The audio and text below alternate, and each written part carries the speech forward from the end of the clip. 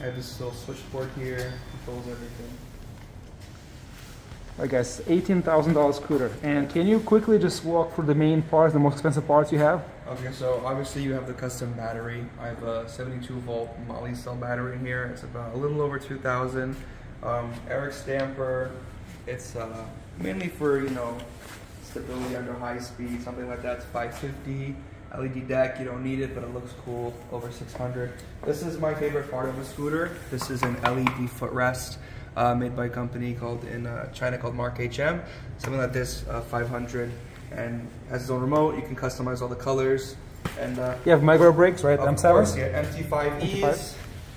Best brakes that you can, well, not the best Maguras, but Maguras are obviously some of the best brakes you can get. I have my nice carbon removal bars, Atlas race face stem clamp, JBL speakers, PMT tires, got my night cores, I've got pretty much everything that you can put on this thing. And this is my favorite scooter.